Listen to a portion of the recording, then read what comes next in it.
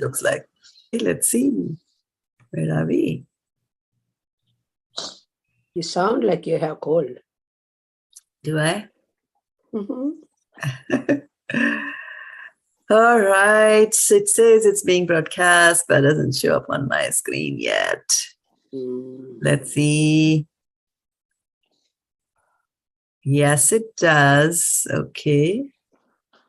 So yeah, it asked me to go to the news feed, and now we are here. Okay. So Hare Krishna, Danvats, dear devotees. Those of you who are watching me here on Zoom, as well as those who are on Facebook and YouTube. Okay, so let's get going. Without much ado, we'll get started with these prayers to the special master. Om Ajnanatimarandhasya Jnananjana Shalakaya Chakshurunmilitam Yena Tasmai Shri Gurave Namaha.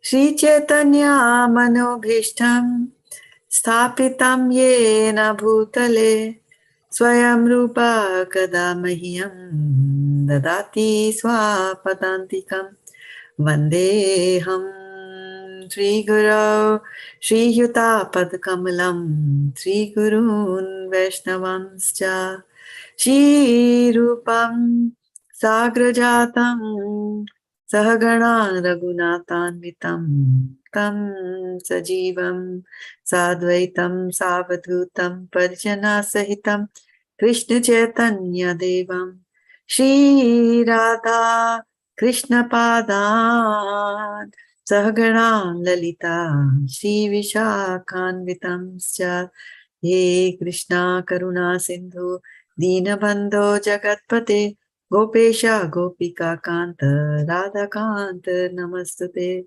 Tapta Kanchana Gaurangi Radhe Vrindavaneshwari Vrishabhanu Sute Devi Pranamami Hari Priya Vancha Kalpatarubhyascha Kripa Sindhubhye Vacha Patita Nam Pavnebhyo Vaishnavebhyo Namo Namaha Jai Shri Krishna Chaitanya Prabhu Nityananda Shri Advaita Gadadhar Shri Vasadi Gaur Bhaktavinda Hare Krishna Krishna Krishna Hare Hare Hare Rama Rama Rama Hare Hare Gaur Premanande Hari Hari Gaur. So welcome once again, dear devotees, to this call. And we are reading from which chapter of Bhagavad-gita? Fourth chapter. Fourth chapter. Chapter 4, all right. And what would be the verse for today? 437. 437 for 500 points. Okay. So let's look at chapter number 4 here. And so we were talking about transcendental knowledge, and we also started talking about working for Krishna and doing things for Krishna. And there we came across a fantastic verse, number 24, which says, Brahmarpanam Brahma Haver, Brahmagnao Brahmana Hutam, Brahmeva Tena Gantavyam, Brahma Karma Samadhina. Right? And it says, a person who's fully absorbed in Krishna consciousness is sure to attain the spiritual kingdom because of his full contribution to spiritual activities, in which the consummation is absolute and that which is offered is of the same spiritual nature, right? So this basically is talking about that when you are involved in doing any devotional service, any activities that you do become transcendental nature. Okay. And then as we continue, then we started talking about different kinds of sacrifices, right? And here also we are talking about that when you are, the consummation is absolute, and the consummation, basically the Brahma Arpanam, Brahma Haver, Brahma Agnao, right? So he's talking in this verse, Krishna is talking about a fire, right? Agnao means fire. And so then you're putting the havi, you're putting the butter into it, and so on and so forth, right? And so there is a concept of a fire, which basically is sacrifice. You've got something and you're putting it into it. So there's fire. So then there is sacrifice. So then we read about many examples in which different kinds of sacrifices, in which sacrifices can be made, right? And so immediately after that, they said, some will worship the demigods and they will offer different sacrifices to them. Some will offer sacrifices in the fire of Supreme Brahman, right? They themselves want to merge. So I'm completely giving up my body, my soul itself. And then here, there was a different kind of a fire, not exactly fire, but it talked about that the brahmacharis will, through controlling their senses and what they hear, they will control, their senses. And so their senses actually are burned in the fire of mental control. So by control, so here controlling was equated to a fire, right? And the others who are not brahmachari, but who are regulated householders, regulated is an important word here, grahastha. So there's a difference between grahastha and a grahamedi. So what is the difference between grahastha and grahamedi? Are they the same? They are both married.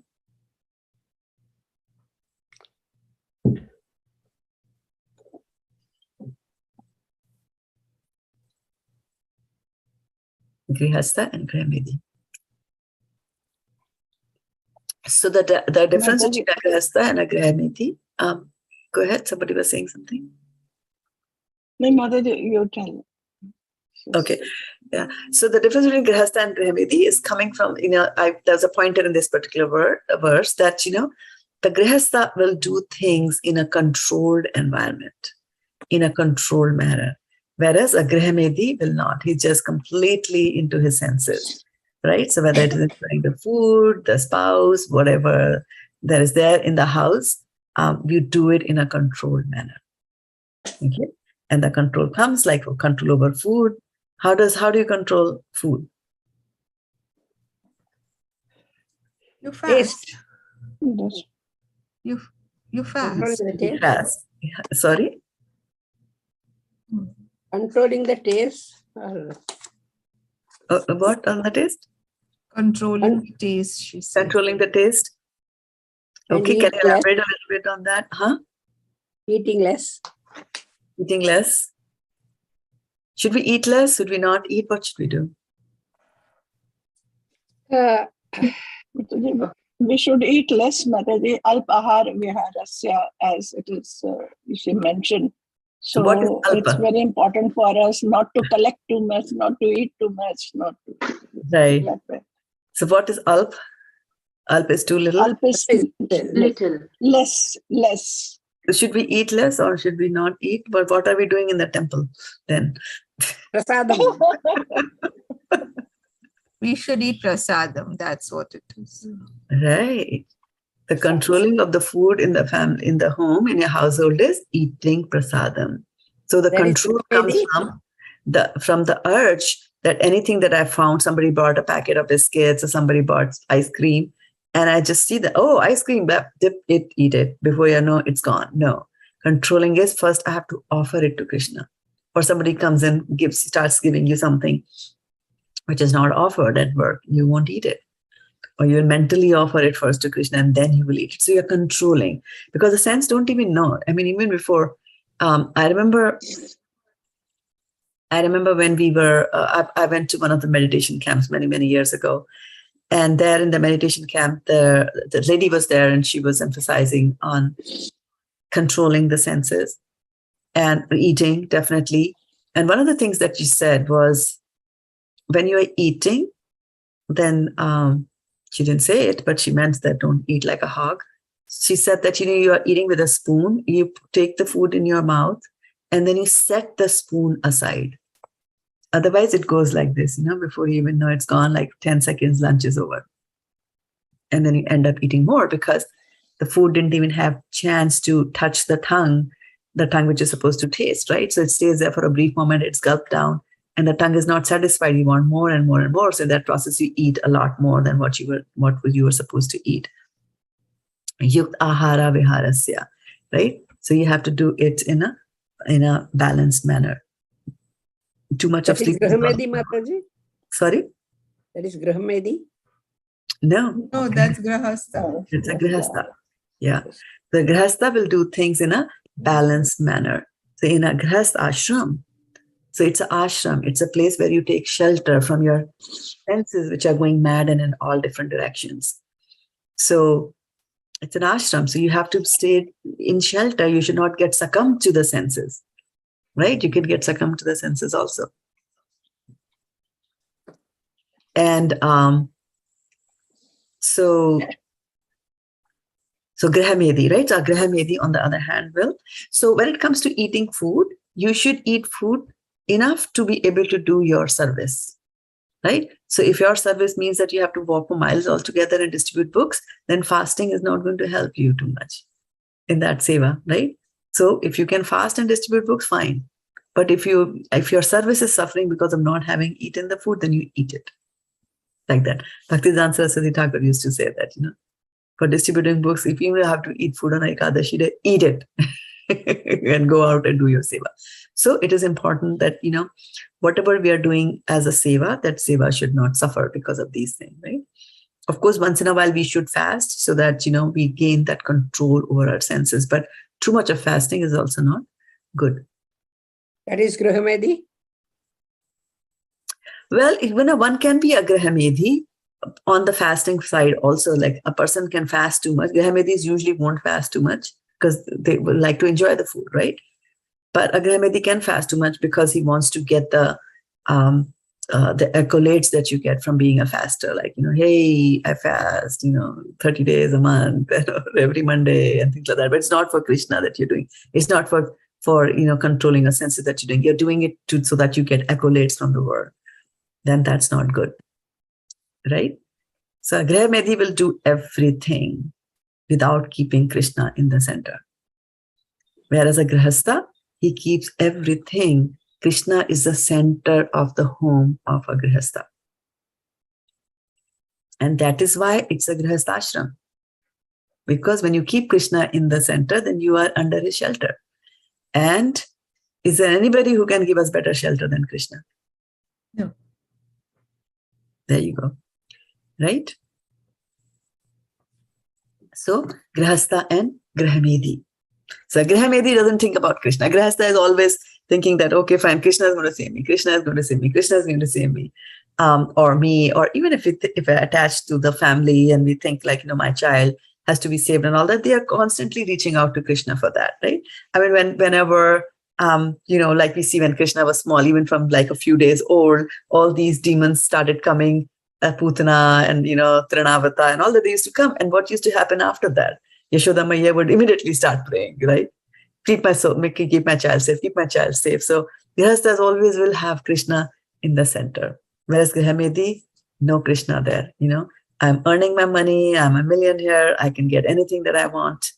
I'm enjoying it, irrespective of Krishna. So no Krishna in the center, right? So they might build a big empire and they might have, wonderful sons and who are going to run this family, or they might have a wife, nice wife who takes care of all of them. They might just think that, they're going to protect me. But in the end, death comes and then nobody is able to protect you. Nobody. You're all alone in that, right? And only one person can make it easy for you, and that is Krishna. And when people are devoted to Krishna, then death doesn't matter to them. Why? Because if they're going to go back to Godhead, then that's fine. They're going to meet the Lord. And if they are not going to go back to Godhead, then all that they want is that I want to be a devotee in my next life. I want to get association of devotees in my next life. It doesn't matter where you put me. You can make me a fly as long as I'm sitting in the ashram of some place where, the Krishna Kirtan is going on. So that's the mood of a devotee, right? But of course, Krishna says, Kanteya prati janehi name bhaktya pranashyati. So he knows that the Krishna takes care, right? If Krishna has a devotee won't become a fly. You have to do something very, drastic to get into that situation, right? And even if you get into a situation like Bharat Maharaj became a deer, but he still remembered what had happened. Krishna made matta smritir jnanam apuhanam cha. From me comes remembrance. So from him, the remembrance came to Bharat Maharaj that what he did in the previous birth was wrong. And he should not do it in this birth. So then he took the appropriate action. Right? So Krishna is there as a supreme protector and the only protector. Everybody else is like, they are fallible soldiers. They will fall down, right? I can arrange to have, a person can give birth to 100 sons. Can you tell me of a person who had 100 sons and they never took care of him in his old age? Dhritarashtra. Dhritarashtra, right? What do you do with 100 sons, right? And in the end, you were living with your enemy. Hello. Right? So people think that I've got these soldiers around me and I will be protected and I'll be taken care of, but it doesn't happen. Krishna is the only one who protects us. Right? So here, going back again to our Grihastha and Grihamedis, I was saying that the two types are there. They're bachelors who will sacrifice their senses in the fire of mental control. And then there are the Grihasthas who are controlling their senses and are doing things in a very controlled manner, right? Eating, mating, sleeping, everything in a controlled manner they will do like that, right? And then, then we also talked about people doing pranayama, through the breathing exercises and all those kind of things, right? But then basically verse number 30 in the book clearly told us that all these performers know, whatever you're doing, whichever way you're doing it, they know what is the meaning of sacrifice and what is the ultimate gain, right? The ultimate gain is to become cleansed of sinful reactions, right? And so once they start doing the sacrifice, then they get a little bit of a nectar, right? For example, on the days that when there is Ekadashi, right, I tend not to eat. If I'm not going out on book distribution or anything like that, I will tend not to eat. And then on that day, the stomach will growl. Like in the morning, it's like, hey, it's breakfast time. It's breakfast time. How can you work? You need energy to work. The senses will tell you that, right? And then you don't eat because it's Ekadashi. You don't eat lunchtime. Again, I want food. Then in the evening, it's like body is completely faint, energy is completely gone. And if there is class in the evening, like how do I speak and all that stuff, right? But by the time it's in the night, it's like, now I don't feel hungry. The senses did their fight, but you fought back. You did the control and they're silent, right? And then the whole night that you sleep, the stomach doesn't have to do anything because you didn't put food in it. So the stomach is rested. So the next day morning when you get up, you feel very good, actually. And you don't even want to break the fast. At whatever time it is, like, okay, fine, just give me one drop and that breaks the fast, that's fine. So why? Because you have tasted the nectar of sacrifice, of control. What that does give you, it gives you good results in the end. So then you'll want to do it. You'll wait for another Ekadashi because it makes you feel good, right? So sacrifices are meant for cleansing ourselves. And then one of the way of cleansing ourselves of these reactions is for us to control the things that, or stop the things that lead to sinful reactions. And, too much of eating, too much of sleeping, too much of hoarding, all these are not good activities, right? So without sacrifice, one can never live happily on this planet or in this life, what then of the next, right? And there are so many instances when we talk about sacrifices being done. And we always talk about, especially our generation always talks about how much sacrifices our parents did for us, right? I don't think we did. We are grown up in an environment in a generation where we also say that you also have your life. You also have your life. You can't give up your whole life for your kids. But our parents used to do that. Our grandparents used to do that, right? Majority used to do that. And so there's this sacrifice going on. And it was people used to feel happy that I sacrificed this thing for my child, or I sacrificed this thing for my nation or whatever. So you need that sacrifice. You need it because in the 3rd chapter, Krishna says that, in the beginning, I sent forth generations and let's give them the Vedas. And then you live in cooperation with the demigods. You do sacrifice for the demigods. They'll be happy. You live a controlled grihastha type of life. And they'll be happy, you'll be happy. And in that way, you'll progress in your Krishna consciousness. You'll be happy.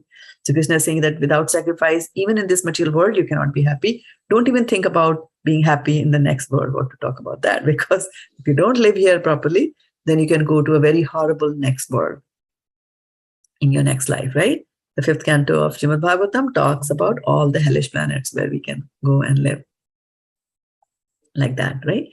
So he talks about that in these chapters, and then later on, it was like, okay, fine. So you should get some, when you're doing some sacrifice, then you should not just do the sacrifices blindly.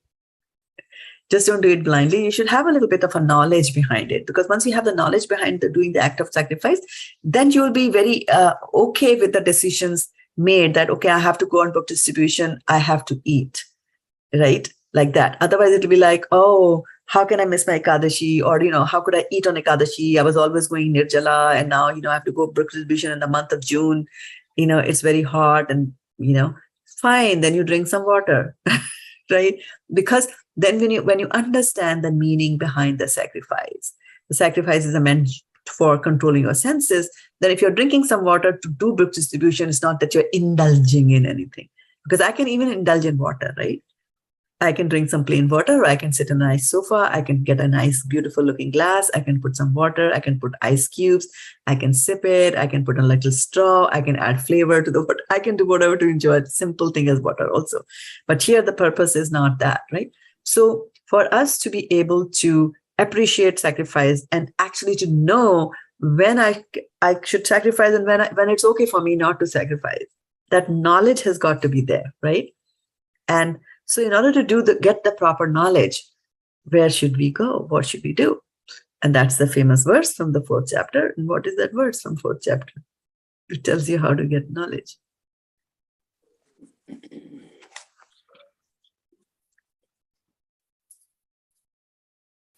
Yajñatva na Ye punarnam. natva na purnam.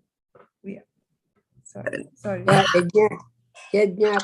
Which verse tells you how to get the knowledge? How? How? Oh, Tatvit, no. How? From the spiritual master. Yes. 434. 434. Yeah. Can you read 434 for us, please? Tatviti pranipatena pariprashnena sevaya upadakshyanti te jnanam jnaninas-tattvadarshina. Darshina, right? So then Krishna is telling you that you have to approach a spiritual master to get that knowledge. Okay?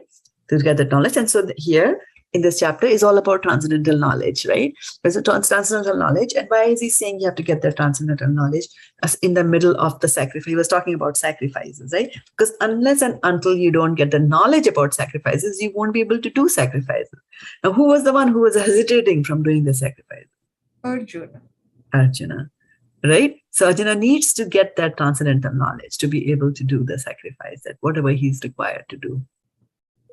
Okay, so it's important for us to get and have that knowledge here. And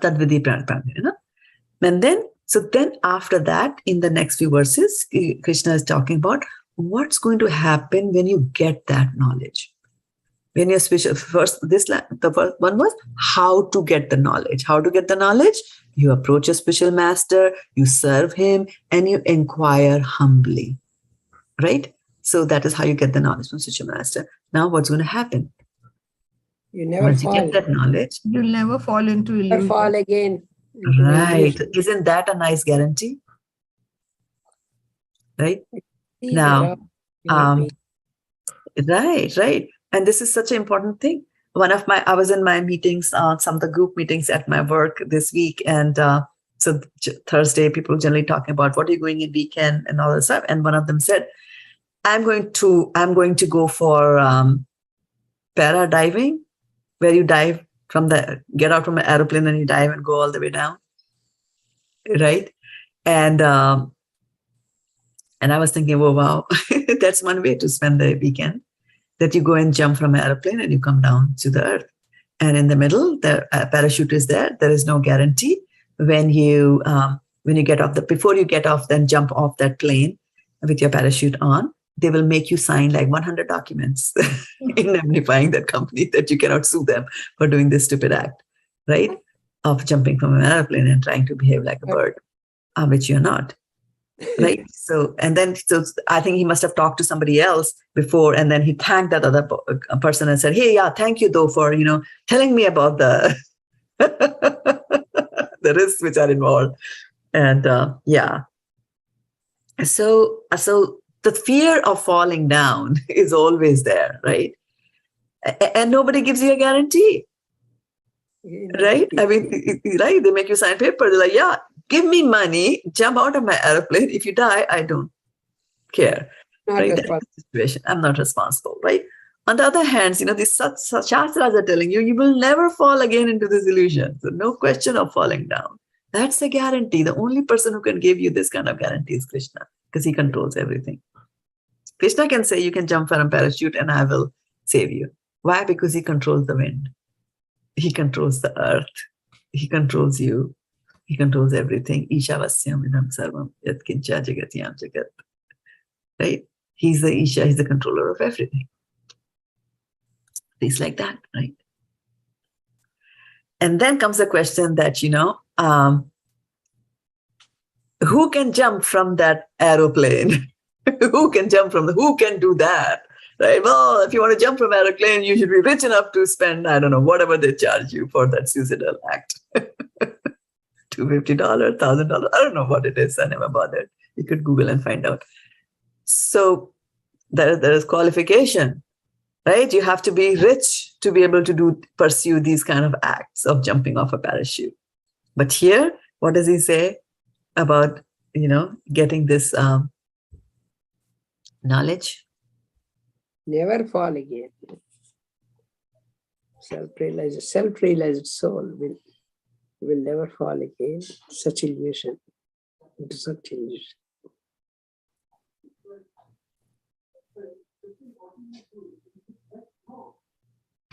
Who can get it?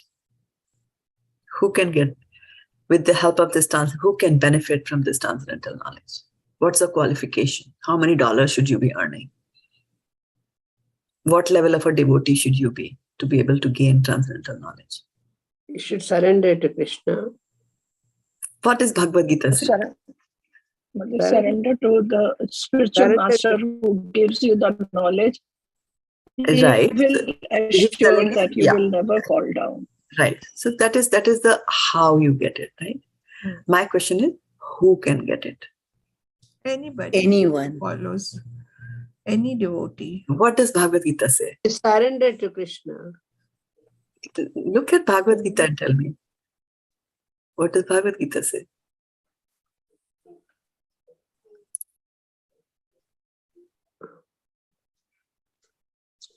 You are not the body. Mataji, when you are situated in the boat of transcendental knowledge, that time you'll be able to cross the ocean of misery. Who? Most sinful person also. Right. Most sinful person also, right? So saying, even if you are the most sinful person, so even if the most sinful person approaches a spiritual master, serves him, inquires, then even that most sinful person will be able to cross over this ocean. Ocean of miseries. Ocean of miseries. Right?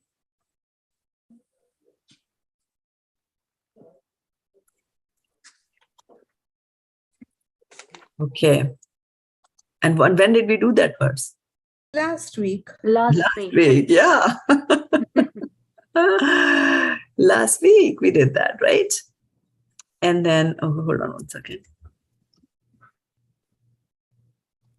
I'm just trying to bring something here. See, I hope I can find it. Otherwise, I'll just tell you from memory.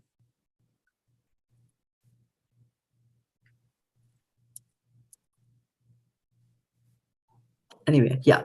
So one word that comes to my mind immediately is, I'm not able to locate where it is in the Bhagavatam. This is from Bhagavatam. Is that there was a hunter by the name of Mrigari, the hunter. And once Narada Muni was walking through the forest, and Narada Muni sees that this hunter is half killing the animals, not killing them, just half kill them, let them bleed to death, and see them, in agony, gasping for breath, and slowly fainting and all that.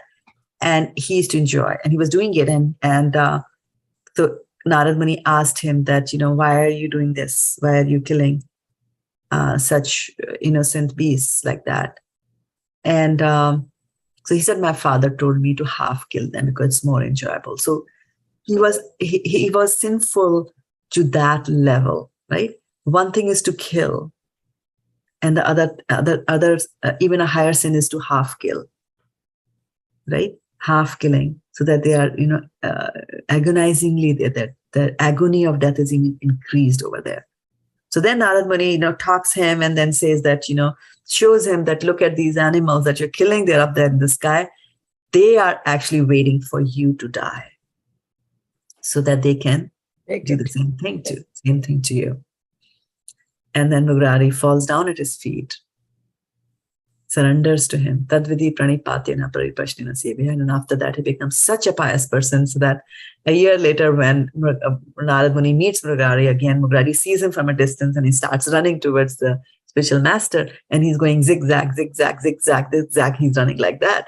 And so Narad Muni is asking, why are you running like that? He says, well, you know what? I'm just trying to dodge the ants which are on the ground. I don't want to step on them. So from a Mrugari. So that's what this verse is saying, that even if you are the most sinful, even if you are the most sinful of the person, like what more do you want, right? You have to be a grade A, an all-rounder, best music, this and that, extracurricular activities to get into Stanford or Berkeley, Harvard, Oxford, right? The qualifications are so high to get into these places. But if you want to come and join the College of Transcendental Wisdom, even if you are the most sinful of the sinners, you can still do it. What is a better guarantee than that? Right? I mean, I remember when I was young, small kids listen to and laugh at and can understand small jokes. Right? So I used to laugh a lot at this joke that, once a man went to buy an umbrella.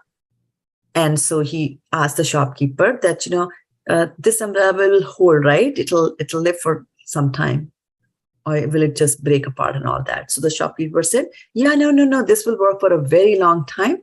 All that you have to do is to keep it away from two things, sunshine and water. And I used to just laugh and laugh, like, oh, wow, he's asking, it's like a kid. So Very good. like that. But then as you grow up and then you see the things that are being offered, and when you buy, papers that you have to sign and all that, it's the same thing. The same thing, doctors, anywhere that you go, everywhere it is like that. I'll do this, I'll do that. Teachers, schools, nowadays even small schools, what to talk about corporations.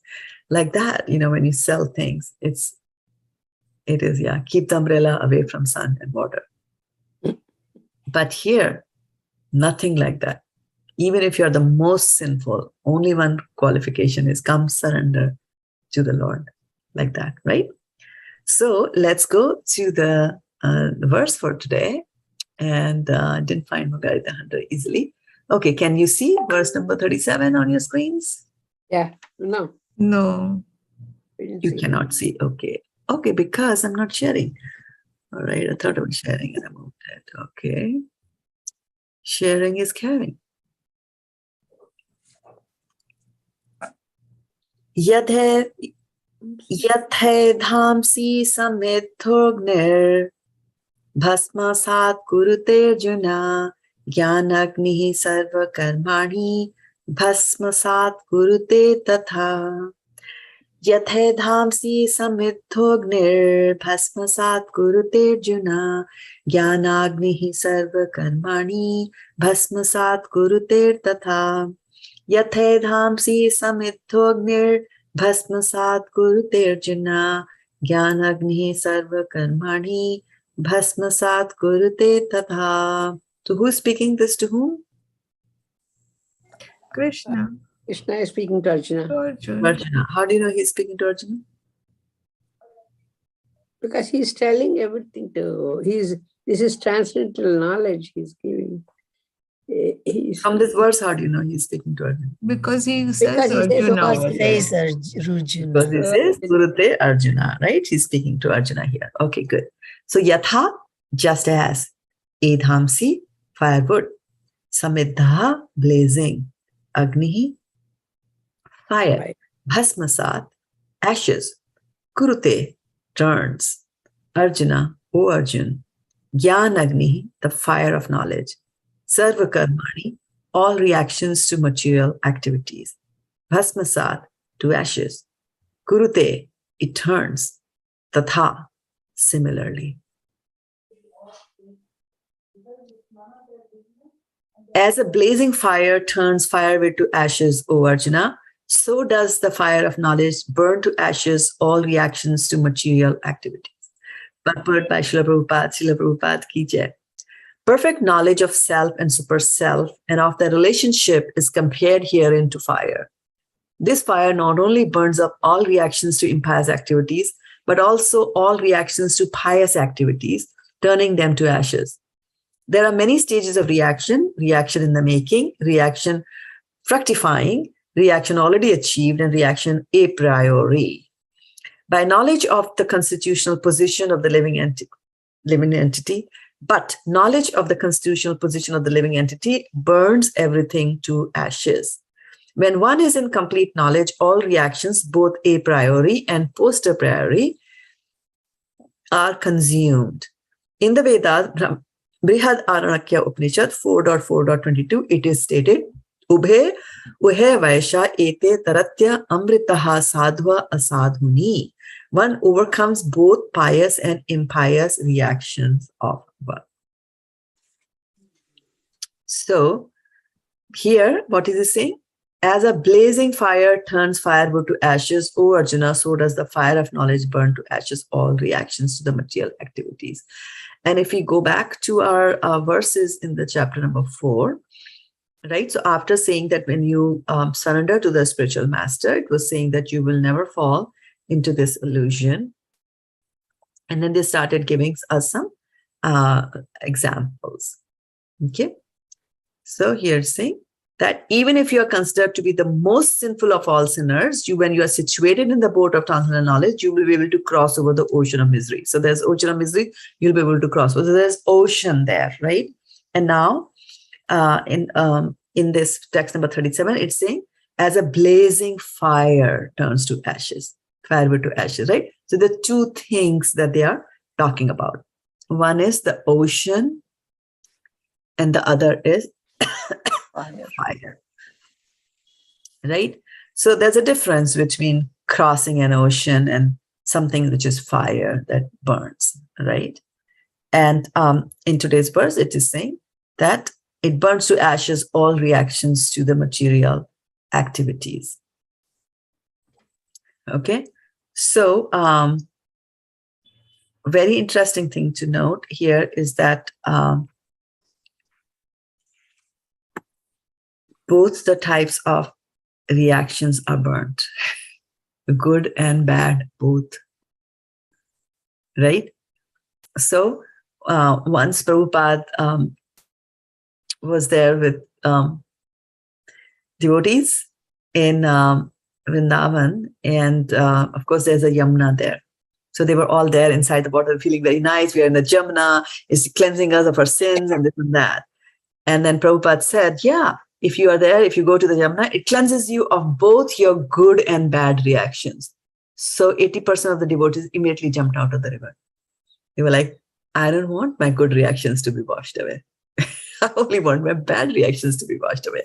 But this verse is telling you about both of them.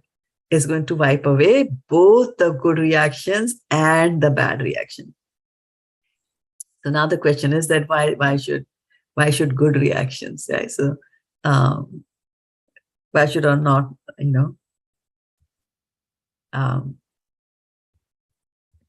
what's a bad thing? Hare Krishna, Mataji. Yeah. Mataji, good reactions are like, you say, if there is a bhakta and he is, if a person is doing good to the people, buying blankets for them and helping them out, and he will get, but then he will have to take birth again to come here to, again, to gain again the reactions of his karmas again. So that is why it is said that bad and good, everything is burnt. It is good if they are burnt. Then we are eligible to go back to Godhead. Then we will be able to go, because if the good is also gone, let it go. Because zero backlog, no good, no bad, right? So hold on to thought. Hold on to that thought, and we'll talk more about that. I want to show you something from the Srimad Bhagavatam, some nice formula that Krishna, Prabhupada is mentioning there in the purport, right? And this is Ayur Harati Vaipumsam Udyanastam Chayannasau Tasyarte Yatchano Nita Uttam Shloka Vartaya. So it's saying both by rising and by setting, the sun decreases the duration of life of everyone. Agree or not agree? Yeah. Agree. Right?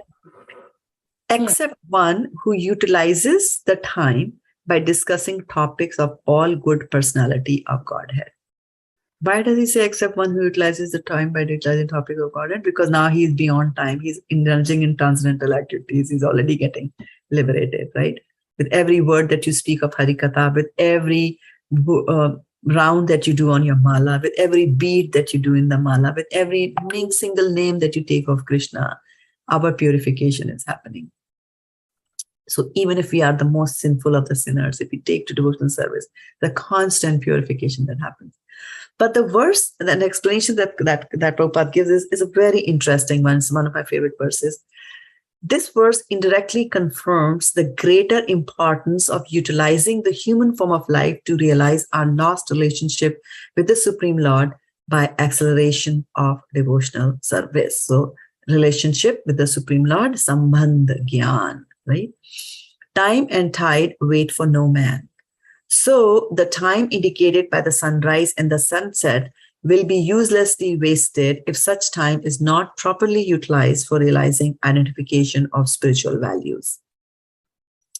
Even a fraction of the duration of life wasted cannot be compensated by any amount of gold. Human life is simply awarded to a living entity, Jiva, so that he can realize his spiritual identity and his permanent source of happiness. A living being, especially the human being, is seeking happiness because happiness is the natural situation of the living entity. But he is vainly seeking happiness in the material atmosphere. A living being is constitutionally a spiritual spark of the complete whole, and his happiness can be perfectly perceived in spiritual activities. The Lord is a complete spirit whole, and his name, form, quality, pastimes, entourage, and personality are all identical with him. Once a person comes into contact with any one of the above-mentioned energies of the Lord through the proper channel of devotional service, the door to perfection is immediately opened. In the Bhagavad-gita 2.40, the Lord has explained such contact in the following words. Endeavors in devotional service are never baffled, nor is there failure. Neha bhikamo nasosti, that's the words. A slight beginning of such activities is sufficient even to deliver a person from the great ocean of material fears. As a highly potent drug injected intravenously acts at once on the whole body, the transcendental topics of the Lord injected through the ear by the pure devotee of the Lord can act very efficiently. Oral realization of the transcendental messages implies total realization, just as fructification of one part of a tree implies fructification of all other parts. This realization for a moment in the association of pure devotees like Sukadeva Goswami prepares one's complete life for eternity, and thus the sun fails to rob the pure devotee of his duration of life, inasmuch as he is constantly busy in the devotional service of the Lord, purifying his existence. Death is a symptom of the material infection of the eternal living being. Only due to material infection is the eternal living entity subjected to the law of birth. We'll drink something.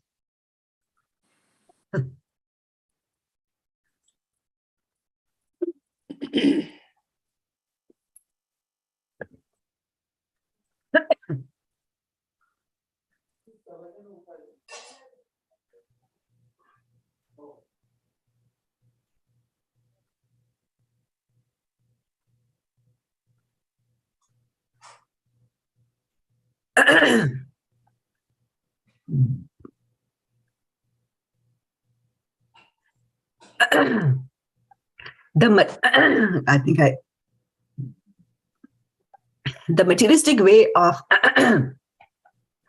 highest activities like charity is recommended in the Smriti Shastras as quoted by Srila Vishnu Chakravarti Thakur.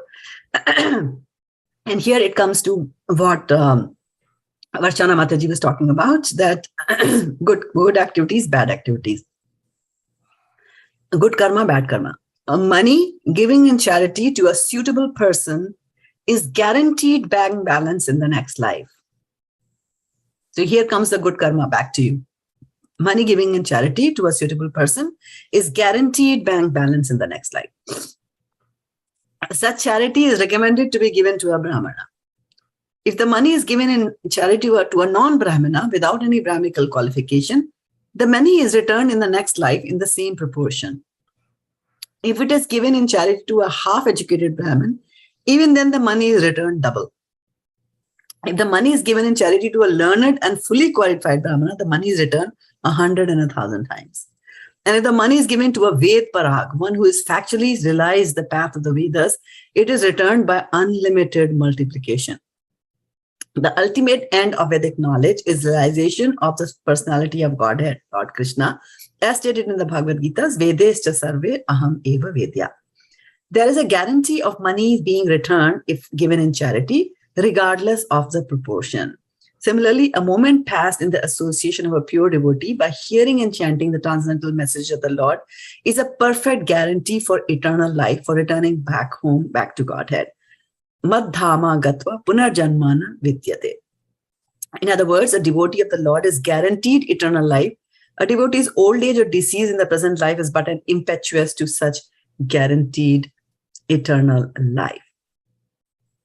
So I'll stop over here and go back to what Varshana Mataji was telling us, that why should we are saying that we should have, good and a bad karma, both get burned down. And why is the good thing? Why is it wrong to have good karma? So she said that you'll have to take birth, right? Now, the interesting thing is that taking birth itself, it's a trauma to be in the womb.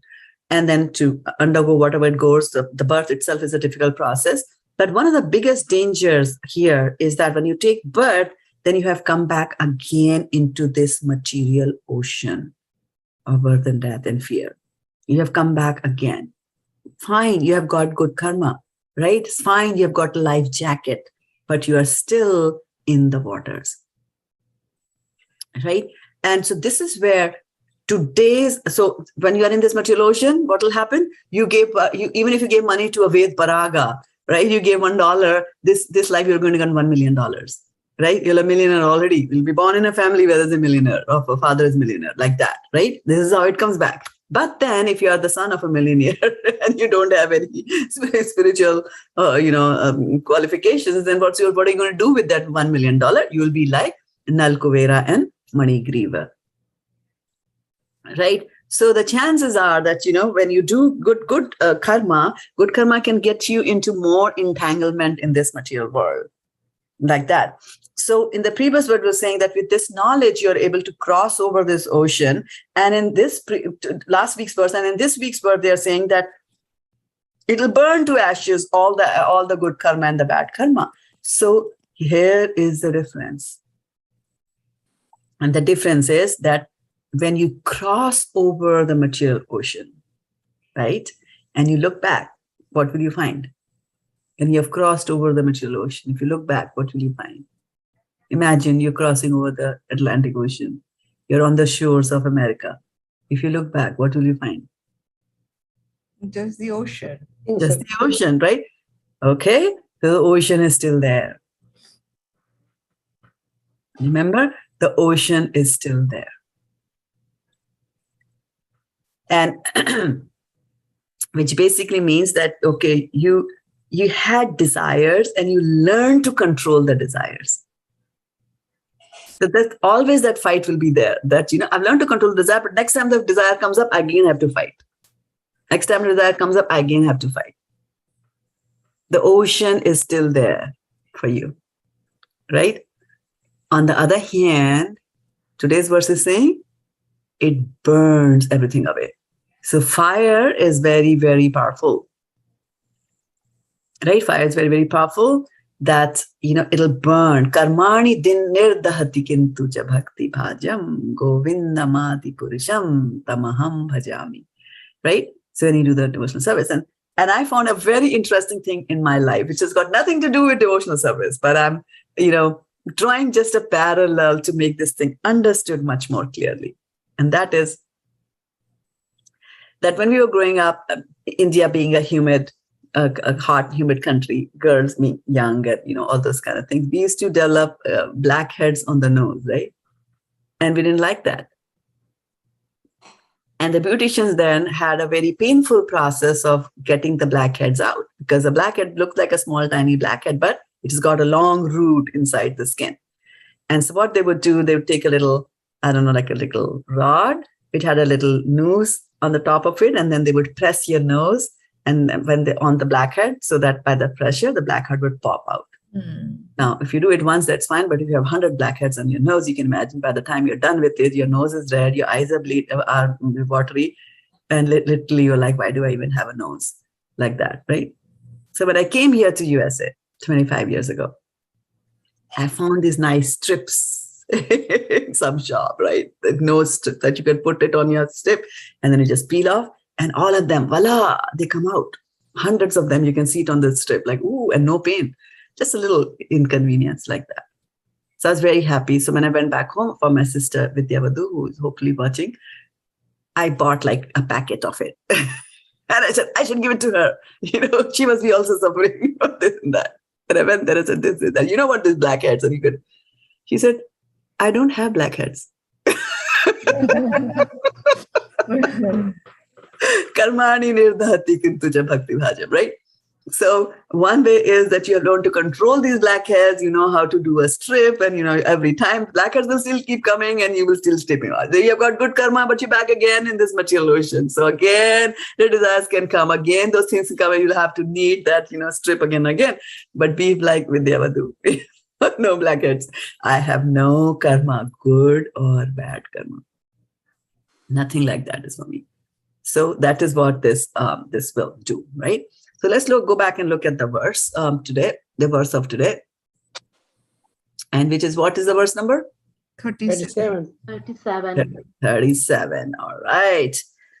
So let's start sharing the screen again. 37, verse number 37.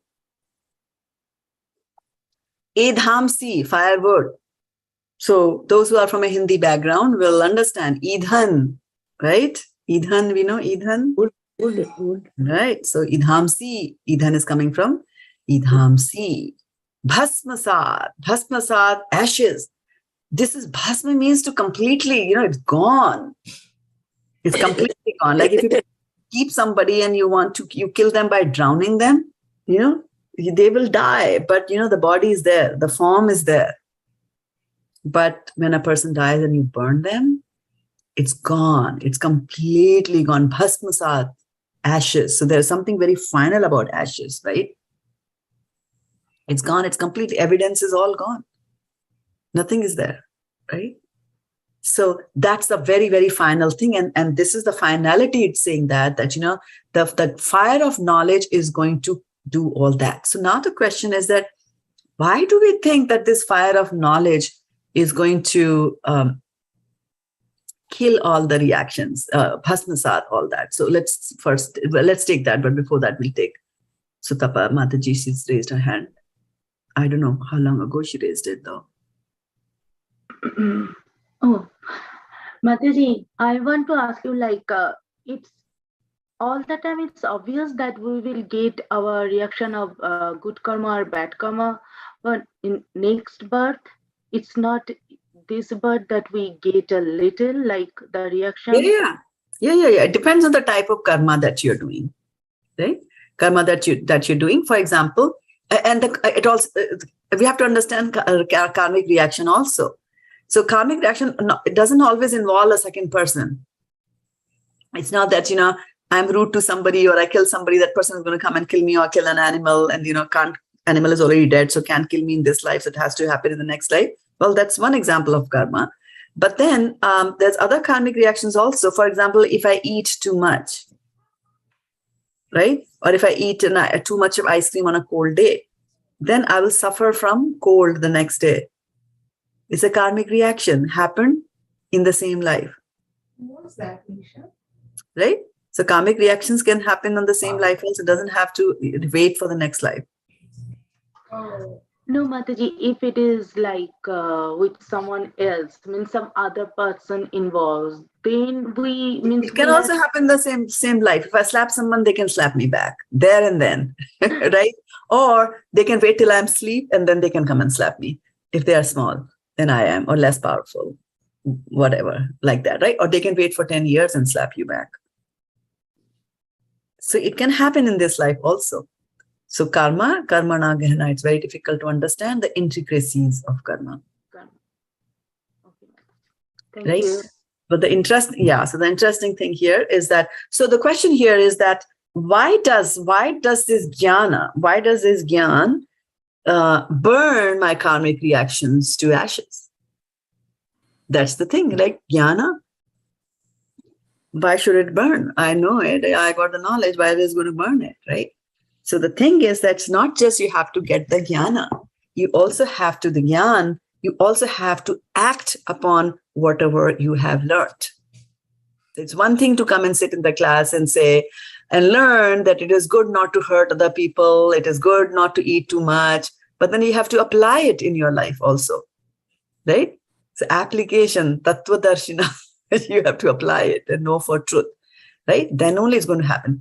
So then also what happens is that this gyan that you capture, right? This gyan that you gain by going to the spiritual master, he's showing you the path. Whatever, good, bad, he's telling you all that.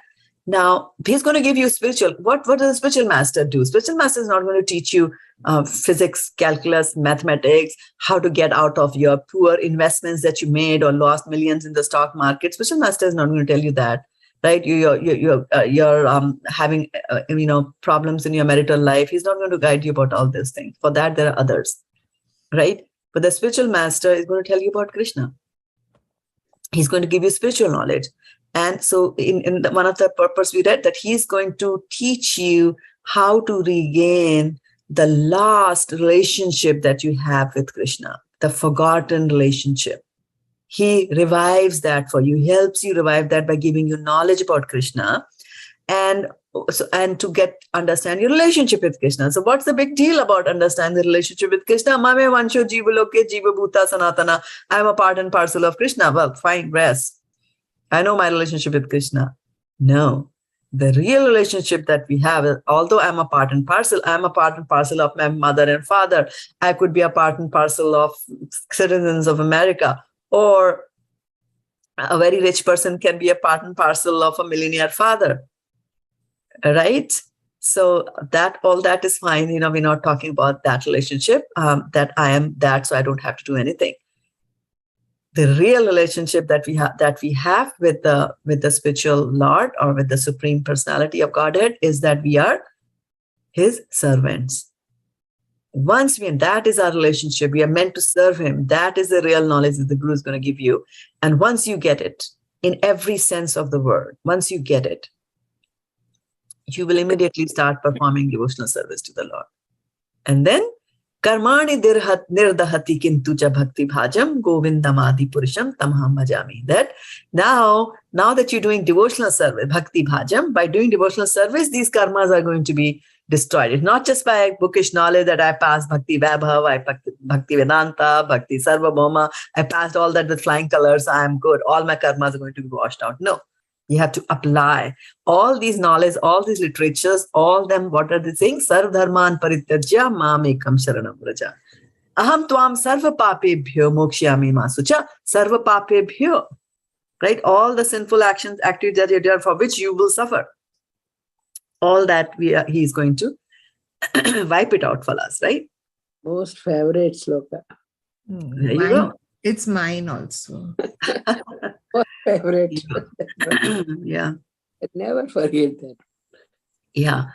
So in today's verse that he's saying that perfect knowledge of the self and super self and their relationship is compared herein to the fire. So once you get that fire of knowledge that I am, number one, I am the soul. Number two, that there is a super soul beyond me. And number three, the relationship between me and the super soul is that I am the servant. That knowledge is the fire. This fire not only burns up all reactions to impious activities, but also all reactions to the pious activities. And we saw that, right? Why it should be done. And how does it do it? Turning it into ashes means all gone. No looking back and seeing that there is a material ocean, right? There are many stages of reaction. Reaction in the making, reaction fructifying, reaction already achieved, and reaction a priori. Right? Reaction in the making, Sutapa Mataji, to explain your question, the example that I gave, that you are doing something and the reaction is going to happen. You are eating and eating and eating. Very soon you're going to vomit. Right? It's reaction in the making. It's waiting for it to happen. Right? Or you're fighting, or you're being rude to somebody, they come and slap us, right? It's just going to happen there and then. Reaction fructifying, that is, you're already suffering it, already having a legal battle, already having cancer, those kind of things. So reaction fructifying, you got it, right? Reaction already achieved. In the past, it's happened. Somebody was already rude to me 10 years ago. You suffered 10 years ago from that. Finished. Backlog, gone from the backlog, right? And reaction a priori. Now, this is something that is far out. And a priori is, when you are going to make a proposition, but it's not based on some hard facts that you can see. Like if I'm making a proposition that it's raining outside, right? This means that, it has to rain outside and it has to be raining outside for me to say that, right? Post priori. But a priori is that you're saying that beforehand, right? And it might at that point not even appear to you that, a reaction can happen to you. And this is very, very, very, very, very important to know that. And you remember the story of Dhruv Maharaj? Anybody remember? Yes. You remember? Yes, Mataji. Okay. Tell me in few sentences the story of Dhruv Maharaj. Mataji, Dhruv Maharaj wanted to sit in the lap of his father, and his stepmother prohibited to that you will have to take birth from my womb, and then only you are permitted. He goes to his mother, and mother tells him that I can't guide you, but I have heard that you go to the forest and meditate. Only Narayan, Krishna, can give you what you want, better than your father. So there he goes, and then he meets Narad Muni, and Narad Muni gives him the mantra, Om Namo Bhagavate Vasudevaya. And that time he starts meditating, and in 6 months' time, he gets Lord gives him darshana, and that is how he gains. But Lord tells him also that if you want, not if you want, what do you want? I'll give you more than that. And then Dhruv Maharaj says, no, I was looking for pieces of glass, but I have seen you. It is more than that. I don't need anything. But Lord still gives him, and then he goes to the Dhruv planet. Hare Krishna. Right. Yeah. Thank you so much. Now, in this story that Vaishana Mataji told us, can you tell me some reactions to karma?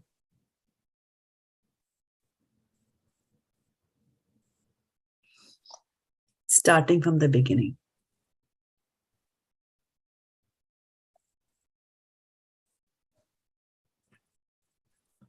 Mataji, the reaction of the mother, the stepmother, telling him that you cannot take. Out of anger also, he went and meditated on the Lord, and he got it. So he got the reaction in that manner. This is I'm talking about karmic reactions. That somebody committed something, and because of that, they are getting the reaction to that, right? So, for example, if you look at this situation, there are two queens, right? Hmm. And so, do you think the two queens are suffering some reactions from their previous activities? Yes, Mataji. So, tell me, please elaborate more on that. Like Sumati, Dhruv's mother, Suniti. Yeah. Suniti, is suffering. She is not getting that place which she should have also Deserves that. Rightfully deserved. Right. Deserve. And the other one?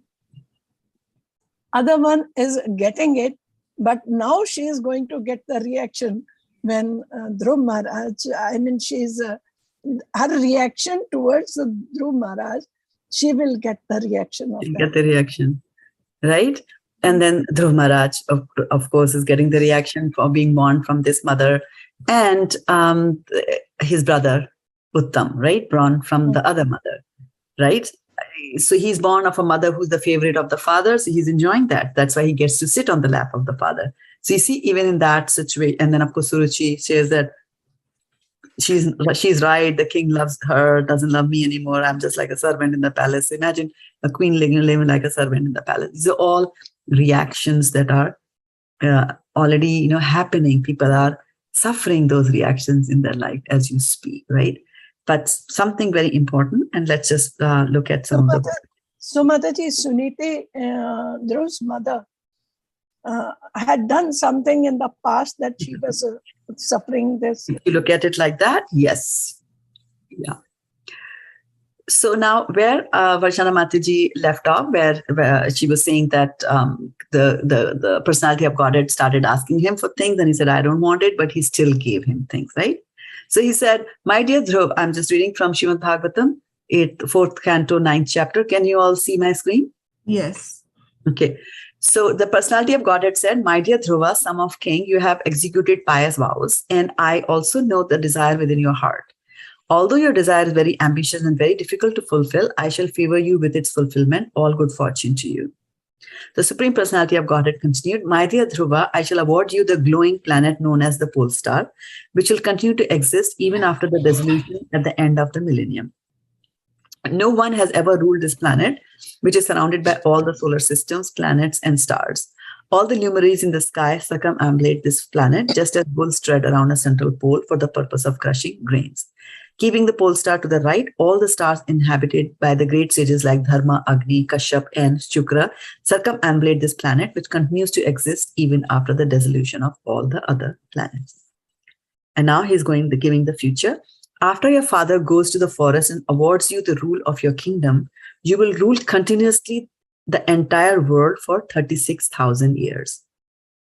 And all your senses will continue to be as strong as they are now.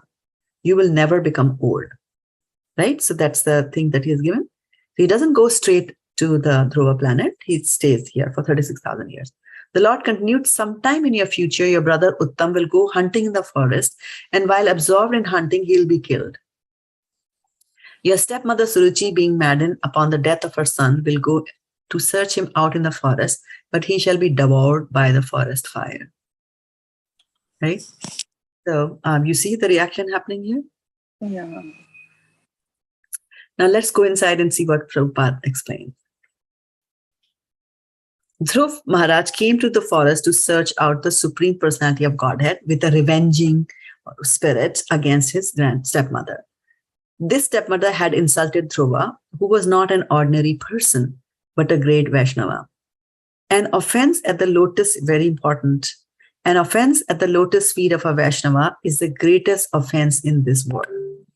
Because of having insulted Dhruv Maharaj, Suruchi would become mad upon the death of her son and would enter a forest fire, and thus her life would be ended. This was specifically mentioned by the Lord to Dhruva. because he was determined for revenge against her. From this, we should take the lesson that we should never try to insult a Vaishnava. Not only should we not insult a Vaishnava, but we should not insult anyone unnecessarily.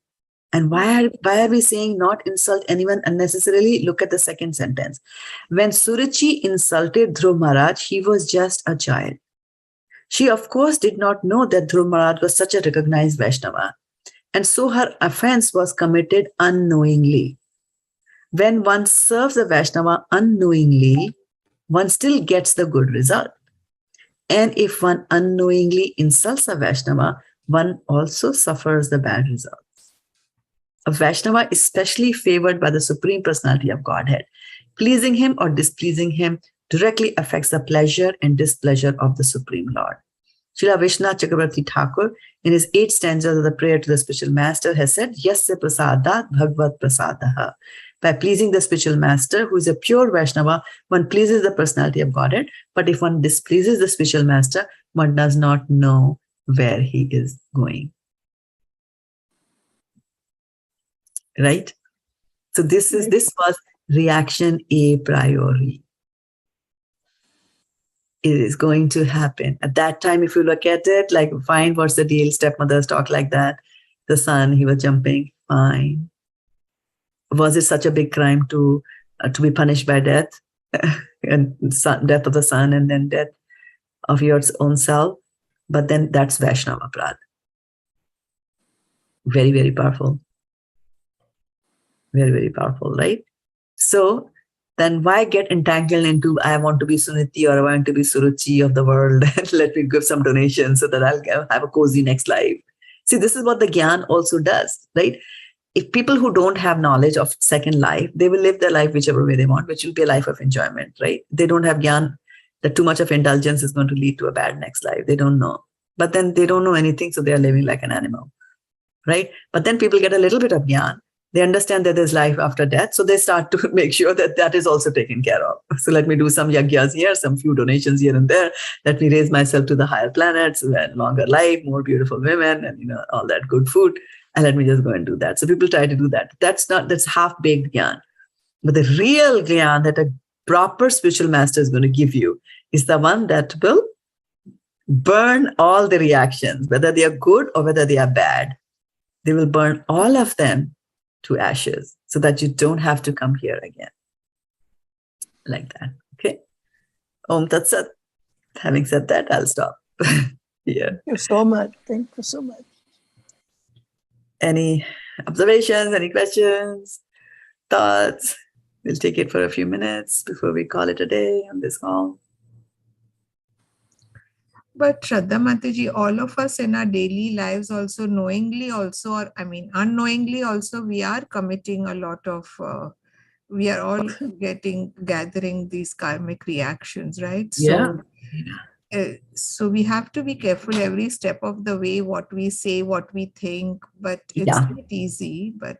Yeah. See, if you can't see and you walk over an ant, you will get always do. How many? You always do, right? You Yeah. eat something, who knows that, you chop the vegetable, but in that piece inside it, there was an insect, you killed that insect, right? Yeah. So constantly, we are doing those things constantly. And we will have the karmic reactions for that. And that is the reason we have millions and millions and millions of life like that, right? Yeah. But the key thing to remember from the Brahma Samhita verse is, Karmani nirdahati kintucha bhakti bhajam. But if you're a bhakta, right? But on the other hand, you should not then commit sins on the ground that I'm a bhakta, so I can do all that. That's not the way. That's not the approach. Which is the same as one of the offenses to chanting of the holy name of the Lord, to think that I can too commit sins on the strength of the holy name.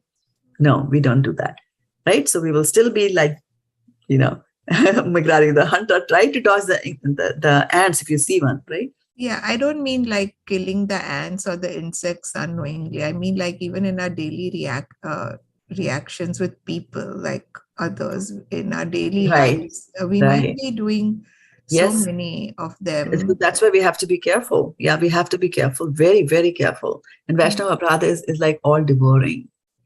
It's Not necessarily to Vaishnavas. I'm just saying not to devotees. I'm saying to even people in our like workplace or. absolutely, because this Suruchi's example tells you, because you don't know who in your workplace is going to become a devotee. Yeah.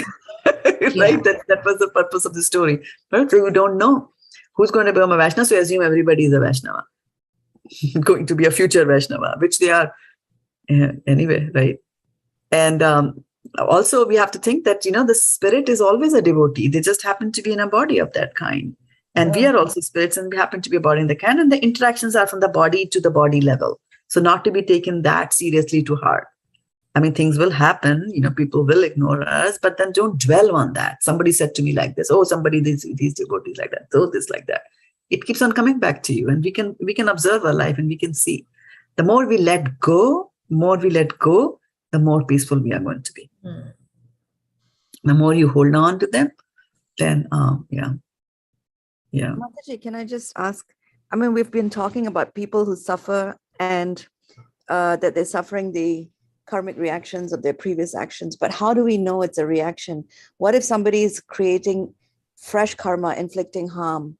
The person who's suffering could be in a vulnerable position because of something else. So therefore, when somebody is doing some evil act or some harmful act, they get affected because of the vulnerable situation they're already in. It may not necessarily be the reactions of their previous actions. So how do you distinguish that? I mean, it's not someone has to start fresh karma somewhere. Yes, two things. One is that karmana hi gahana karma, right? 17th verse of 4th chapter. It's very difficult to understand the intricacies of karma. Very difficult to understand. Say, is it the first time it's happening? Did I already did it, right? And then you said person is in a vulnerable position, right? So the fact that one has been put in a vulnerable position is also coming from a karmic reaction, right? Which means that that's very easy to excuse the inflictor, the person who's doing the harmful actions. Who's going to inflict? Why? No. It's like, okay, the person who's suffering, it's their karma. But the thing is, it's also other people's karma to help the person who's suffering. See, right? Here's the thing. Yeah. It is very important. I had talked about that many years ago. See, here's the thing, that when somebody behaves badly with me, right? How should I react? That's because all the consciousness, right? How should the mind react to it? Like, I'm totally justified in giving it back to them. Totally, because they gave it to me first time, right? First time they're doing it to me. I'm fresh. I did not do it to you in my previous birth. First time you're doing it to me, right? So if and I'm a small person, like a parent is beating me or some elder person is beating me, and I just giving you an example, right? And I want to take it back. I want to say, okay, when I go big and all that. So the recommendation here is not to have that kind of an attitude, even if it's the first time, right? Not to have that attitude. Why? Because that attitude will lead to a body, us getting a suitable body to be able to fulfill this desire. So in the 8th chapter of Bhagavad-gita, when Arjuna is asking tadbram kin adhyatmam kin karma prachottama. So Krishna says he defines karma as getting a body. Because good or bad, want to take revenge, suitable to take revenge, not suitable to take revenge, that kind of a body comes from this kind of a thought process that we have. So in the Srimad Bhagavatam, that's why Brahma says that, tattenu kampam sushamikshamano. So that's the mood of a devotee. Devotee will not count whether it's the first time to do it. Why is he getting scot-free? Nobody gets scot-free in this world. Period. Laws of karma is very strong because we just see focused over a decade, 1 year, 10 days, 1 month, like that, and the reaction is not happening. So we're thinking there's injustice, but there's complete justice. Complete justice is there in Krishna's world. It might but on be the other hand, don't you think that if somebody is throwing stones at you, you're not just going to stand there. You're either going to run away or you're going to defend yourself. Yes. So if something like that happens, I mean, that's figuratively speaking, but if someone is doing that, you can't just walk away and say, okay, the universe or God or Krishna will deal with the other person. And that's what the Mahabharata is all about, right? Where they say that you have to You have to protect what is rightfully yours. You have to fight. There is a time to fight. There is a time, dharma. It's not necessarily revenge, but it is setting, right things wrong. So when somebody is getting attacked, you have to, you may have to hit back. You have to hit back, and you have to Right. defend yourself. So that is, so how do you reconcile that with what you said? I'm talking about the attitude. Krishna told Arjuna, Tasmat sarveshu kaleshu mam anusmara yuddhacha. Right? Is Krishna telling Arjuna not to fight? Mam anusmara is the important thing.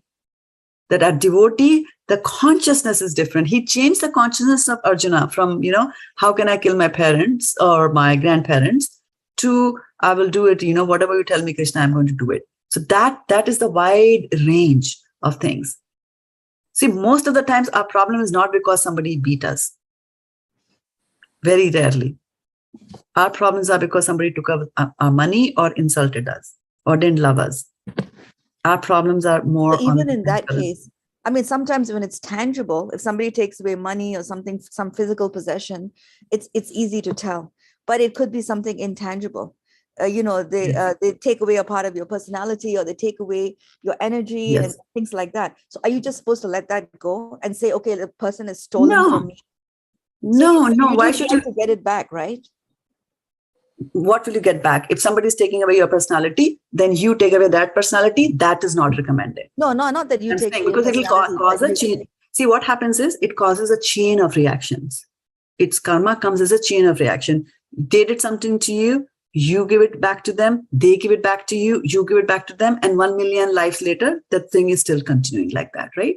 So we have to take a step back and raise our consciousness to a higher level. No, I'm not saying, I'm not saying take it away from them. I'm saying take back what they took from you.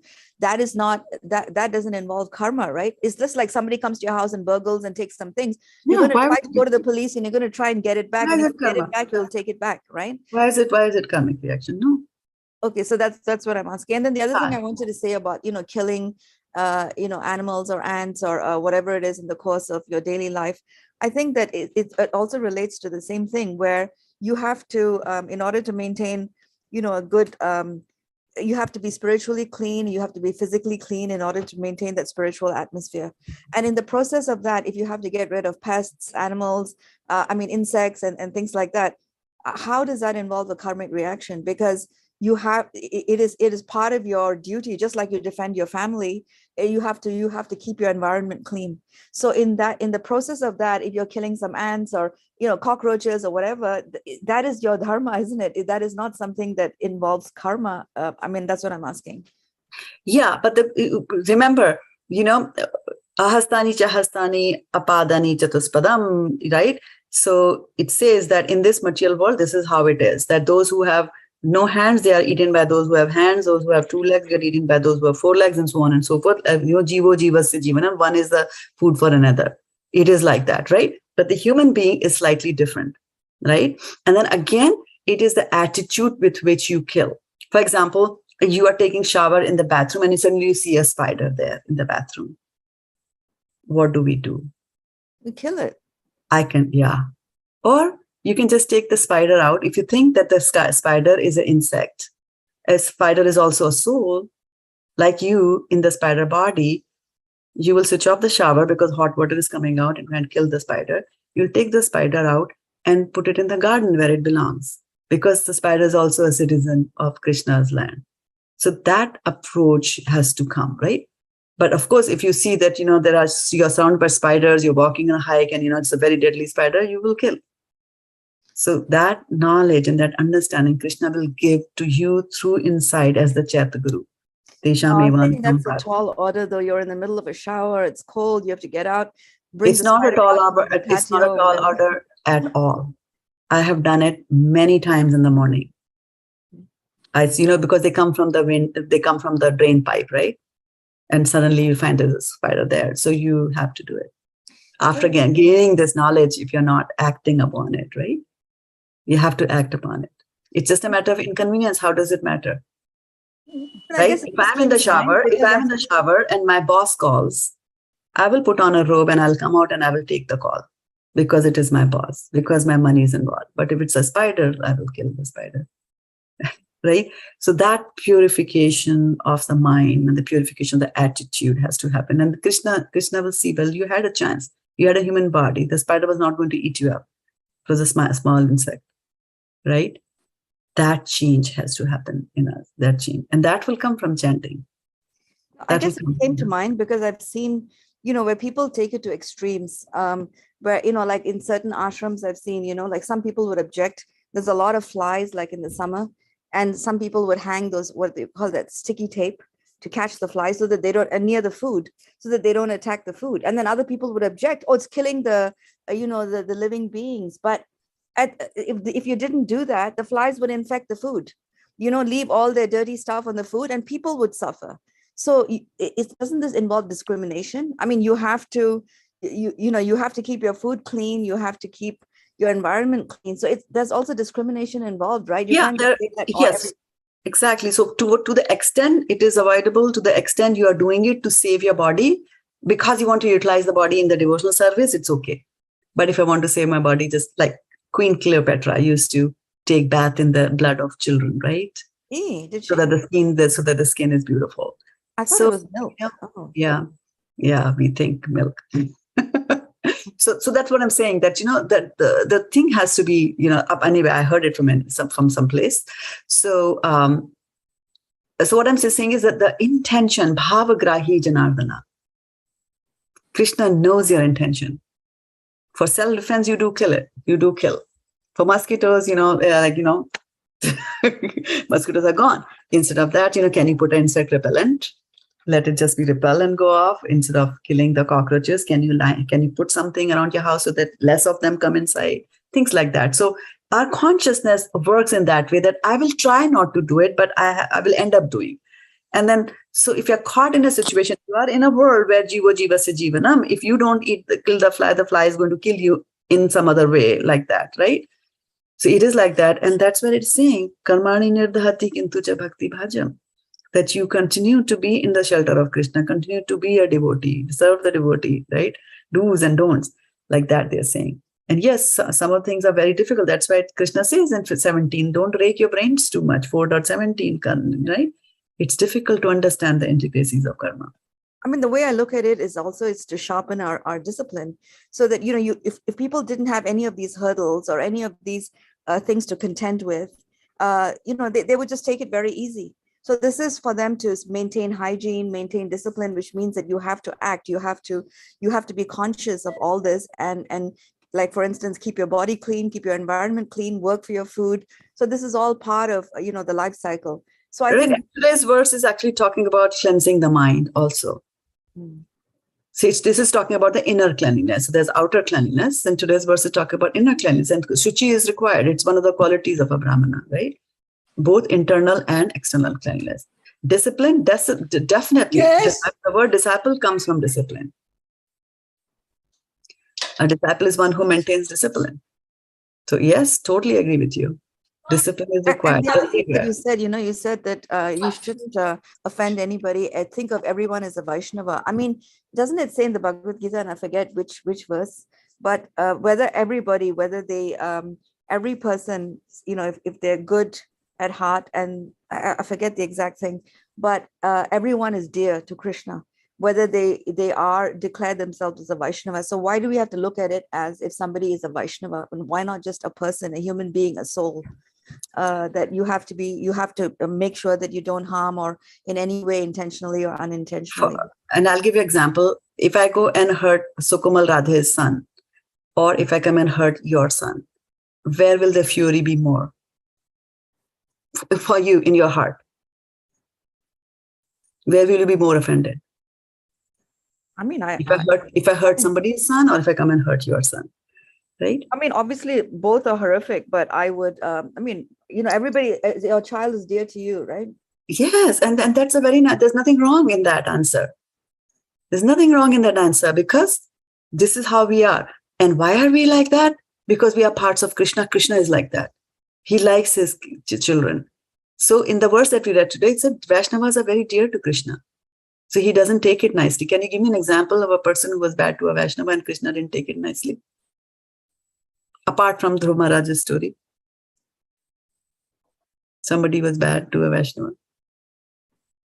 But even Duryodhana was bad to Vaishnavas because Duryodhana also insulted Arjuna. He Okay, did not and then what did Krishna do? I mean, it Lord Indra? Lord Indra did what? He didn't get up when his spiritual master came. But then that was between spiritual master and Indra. Oh, no. Very famous example. Very famous example. You all know it, actually. Prahlad Maharaj. Prahlad Maharaj, yes. Prahlad, that's what I said. Did you hear me? I was muted. No, I didn't hear you. No, no, Oh, no. I said Prahlad Maharaj. Prahlad Maharaj, yes. See? So he doesn't like it. Another example, Durvasa Muni. Who was Durvasa Muni after? That Krishna went with the Sudarshan Chakra.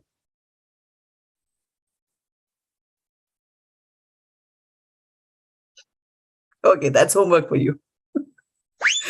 Right? This is a very famous story, right? So, so Krishna doesn't, that's just a very natural thing. Devotees are dear to Krishna. If we have two children, one listens to me, one doesn't listen to me, whom will I love more?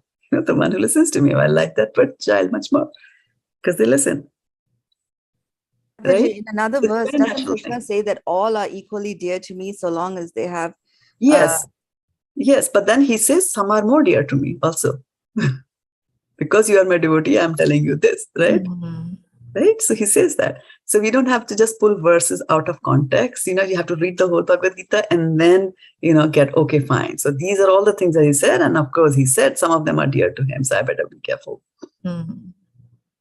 Like that. Yeah. So Mataji, if someone is harsh towards you, or if somebody is doing some karma which are affecting you, like you said, if you hurt the son, the mother will be hurt in her heart that you did so whatever you did. So, Mataji, shall we feel that the other person, if he or she is doing something to us and we are feeling hurt, that is the reaction of previous birth, and let it happen and do not worry about it and do not feel hurt? Yes. What do you get out of feeling hurt? Tell me.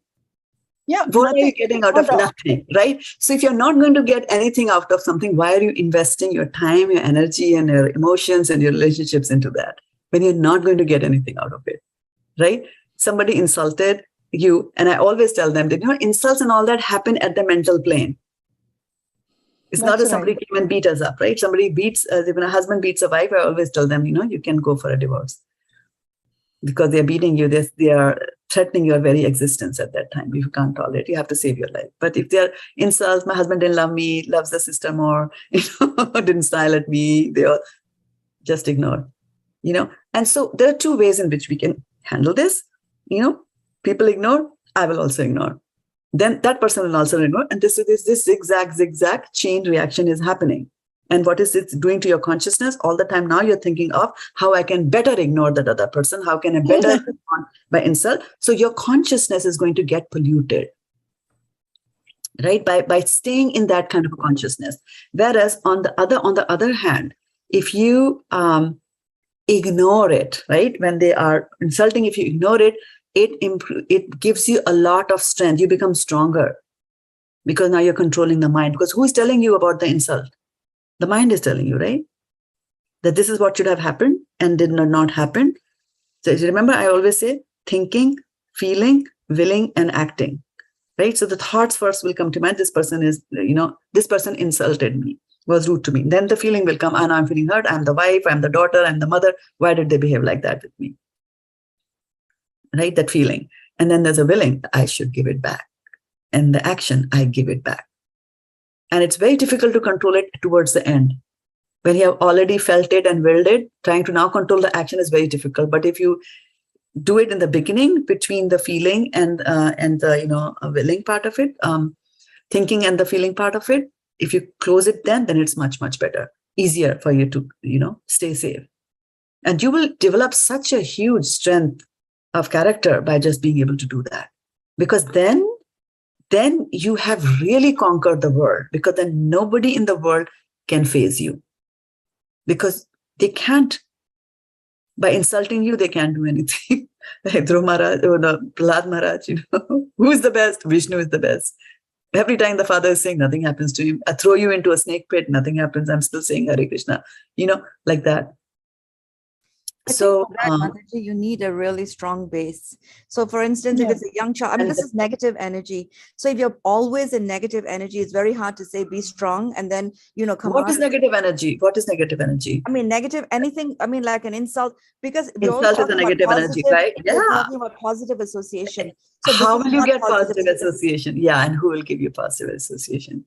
No, I'm just saying it's not enough, like in our level of existence, to just read a book or constantly think of Krishna. We need Very actually good. human positive association. Yes. Very correctly So said. always in this insulting, atmosphere, and feeling insulted, that is negativity that's accumulating in you. So it's not possible for the average person, for us to tell the average person, or like all of us average people, to say, rise above it. Because you need to have a strong reservoir of positive energy. You will say to everybody, rise above it, right? Just as a radio station will broadcast to everybody in the world, but there will be some receptors who will catch it, right? So that is why when they say the 5 potent items of devotional service, right? One is read the Srimad Bhagavatam. It says just by reading Srimad Bhagavatam is not enough. And one of them, chanting the holy names of the Lord, is another one to purify our thing and to make us stronger. The third thing is, association of devotees. Why? Because you will get positive. The way devotees will address a situation in a life or advise you about a situation in life will be very different from how a non-devotee will address or advise you. A devotee of the Lord, when you are feeling, somebody insulted you, you're feeling hurt and all that, won't add, will try to pour water over it. The fire that is raging, they'll try to pour water into it. A non-devotee will put ghee in it. So that blazes them in more. So association is very important, very, very important. And of course, deity worship, and then staying in the dham. Those are 5 very important items of devotional service. So you're right. Average man cannot. And so that is what brings us to how bad this current situation is for us in the world. It's very, very bad. There's a lot of negativity, lot of it. And that's why we go out and do Harinam in Palo Alto. Why do you think we go out and do Harinam in Palo Alto, sitting there in the cold, right? Making so much of effort. Somebody has to put the tent, somebody has to make prasadam, somebody has to bring prasadam, somebody has to bring prasadam back, leftovers back to the temple, 11 o'clock in the night, Friday night, because we want to spread some positivity there. And did I see Meera Mataji raise a hand and she lowered it? Did our question get answered in the process of this conversation, or did you? Yes, actually it did get answered when I listened to everything, because one of the questions that Aruni Mataji was saying in the beginning, how do we know if it is the beginning of somebody creating a karma, or is it a continuation of something? So actually a lot of question to me seemed answered, because when we are starting to think right and reading Srimad Bhagavatam and Bhagavad-gita and associating with devotees, we may automatically start thinking something different, because a lot of times in my life I have thought, oh, is this a new karma, or is it something from the past karma? And now it doesn't even matter if the intention, if your intention changes. There you go. So that question itself to me became like, oh, now it doesn't matter whether it's a beginning or very right. Continuation. Yeah. Right. So it'll happen. Association devotees, when you hear others are doing it, right? When others also say, like, sometimes people get fed up with their family, like my spouse behaves like this with me. And then they go to the office and they talk and they find, 5 other people have the same problem. It's like, okay, it's not me alone. They're also handling it. They're also living life. I should not just focus on this part. And, my boss is bad and, things like that. So you said a very nice point. We brought up an amazing point that after some point, this question, which is like a serpent, it becomes a serpent without the poisonous teeth. It won't even bother you. And then even a high level of consciousness. And of course, Brahma is telling that in the Srimad Bhagavatam. He says that Tattenu kampam shushamikshamaaro bhanjanameta kitam vipakam hidavagopubir. So he says that I deserve less, I deserve worse than this. But because I'm your devotee, you kind of, soften the blow on me. And tell me which approach is good for your own health, own mental health. To say that, I deserve worse and Krishna made it nice for me, then you'll be happy. Even in that situation, you'll be happy. Right? The other day we were out doing book distribution on Saturday, and it was raining extremely bad. It was extremely bad rain, but I had promised that we will go someplace. So my husband and I, we were driving, and I don't know how he drove or whatever it was. Finally we reached it, and I was a little bit, that thank God no accident happened. Same thing coming back. So on the way back, we came to the temple. And on the temple, we wanted to take some books because we were so excited about book distribution. We wanted to pick up some books from the temple and go back again and do some more book distribution, this time someplace else. So my husband, drove into the temple, and so somebody said, okay, you stop because you need to take more books. You just stop here. We'll load the books into your car. So that was happening. He was sitting in the car, and then everything happened. He started to back his car.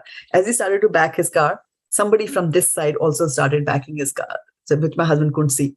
And so both the cars, touched each other. And then, of course, we were there outside. We said, stop, stop, stop. But by the time his car touched his other car. And so nothing had happened to either of the cars. And the interesting thing was that, the person standing outside went to the other car and said, hey, nothing happened to your car. And I was very surprised, because then he just came out and said, no, but I just want to make sure that the other car is not hurt. It was such a nice devotee behavior, right? And then in the middle of all this, the thought that came to mind was, Krishna, I think we were supposed to have a big accident today, and you just made it into this small one. So, sometimes just by speaking about the verse, these verses come to mind. And that's why we say you have Nityam Bhagavat Sevya. You have to constantly read the Srimad Bhagavatam, then it becomes nature. It will become your nature to think like that. And that's the best thing. Otherwise, any other day it could have been like, dang, why did he have to back the car? Dang, is he blind or what? Does he not see it? And, those kind of thoughts can come to our mind. So slowly over a period of time, remember, we have spent millions of lives. And now that, we are here, that once we take that turn, then it's a totally different world. And then nobody can affect you. Nobody in your life can affect you from outside, because you don't take it. Whatever they give, you refuse to take it. Right? I don't take it. You want to give me insults? I'm not taking your insults. You call me, I'm a fool. I'm not taking it. It stays with you. Like that. But one has to have a very strong will and very strong faith. Yes. And we are, and that is why verse number 34 says, Tadvidhi pranipatena pariprashna sevaya, and there it says you get a guru who is bona fide guru. So you look at your guru and see how your guru reacts. How many times did your Guru Maharaj scold you, Rachana Mataji? Not even once. Do you think you never did any mistakes? I did. There you go. Right? So that is what we learn from the spiritual master, by observing his life, to see how he handles, how he's calm and quiet, how he never gets angry at people. Right? And so there's like, oh, he's like that. I should also learn how to be like that. And then we will fail. It's okay for us to fail. At least we are trying. At least we are on the path. Remember, we were saying that, first one is the acceptance that I don't know the path. And the second one is to inquire and say the humility to accept that I don't know the path. Then the inquisitiveness to ask, where is the path? And so the teacher is showing you the path. And a good teacher shows you the path by his own actions. That's what makes him the Acharya. And we learn by just observing the Acharyas, we learn. We learn a lot, right? My little granddaughter said, like to my husband, I think, that Nana, there will be consequences. And we all started laughing, as you know, because she hears the parents say like that, right? If you do this, there'll be consequences. There'll be consequences. You learn. You learn from those who are around you. So you will learn. So that's why it says from the spiritual master, you learn what they're doing. And it's sadhana bhakti. Always remember, it is sadhana bhakti. Basically means that we are practicing how to do bhakti. It's not that bhakti comes naturally to us. We are practicing. Early in the morning, you get up and the mind says, I don't want to chant. In the other bhakti, when it becomes ragatmika bhakti, when it is no longer sadhana bhakti, it's coming spontaneous, loving devotional service to the Lord. You get up in the morning and you want to chant. They say, come on, eat some food. No, I'm chanting. Oh, come on, it's lunchtime now. No, I'm chanting. Haridas Thakur, come on, I'm a prostitute. Come to me. No, I'm chanting. Right? Like that. So that happens. That will happen. So we're all on the same path. There you go. Haridas Thakur. Haridas Thakur. Yeah, very nice. Okay. So I'll take your leave now. It's been really long time and way past Vindhyavali Mataji's sleeping time. Yeah. Okay, keep up the good work. The very fact that you're coming here to Bhagavatam, have faith in the Bhagavatam. Bhagavatam will act on all of us. Have faith in the name of the holy name. That'll have on it. There will be ups and downs. Don't feel too bad about the downs. Every time there's a down, think of, how I can improve and get back into the good again. And Krishna will take care. Krishna will take care, You see the difference in people. You see it all around you. People change with time. They change. It's just a matter of time. They will change. That is bhakti. That is the power of devotional service. But do you think the basic nature ever changes? I mean, it's been my observation. Nature never changes. But the basic nature never changes. Yeah. Basic nature never changes of the soul. No, I'm not talking about the soul. I'm talking about the human personality. It changes. Some people, they try to. It will change. The basic inner core never changes. No, like it if will someone change. has a tendency to lie, they may make a conscious effort not to, but in their moments of, whatever temptation or whatever it is, they will try to betray you, or they will lie, or whatever it is. And that never changes. It will change. It is changeable. The only thing that is not changeable is the soul, right? All this nature can be changed. After all, Chintamani sat down and started chanting in Haridas Thakur's kutir. Maybe you're talking about over lifetimes, Yeah. Over lifetimes. But I'm talking about in this life. Yeah, never see things with a small, the small spectrum. Never see that. You'll be very unhappy if you do that, because you'll never see justice happening. But if you, at the moment you expand it, about this lifetime, where I've gotten it happened. It happened. I'll tell you. I have seen people who used to be very angry, full of anger, rash, not listening to anybody, and then they reached old age, completely different. So also, what happens, Aruni Mataji, that this life is also.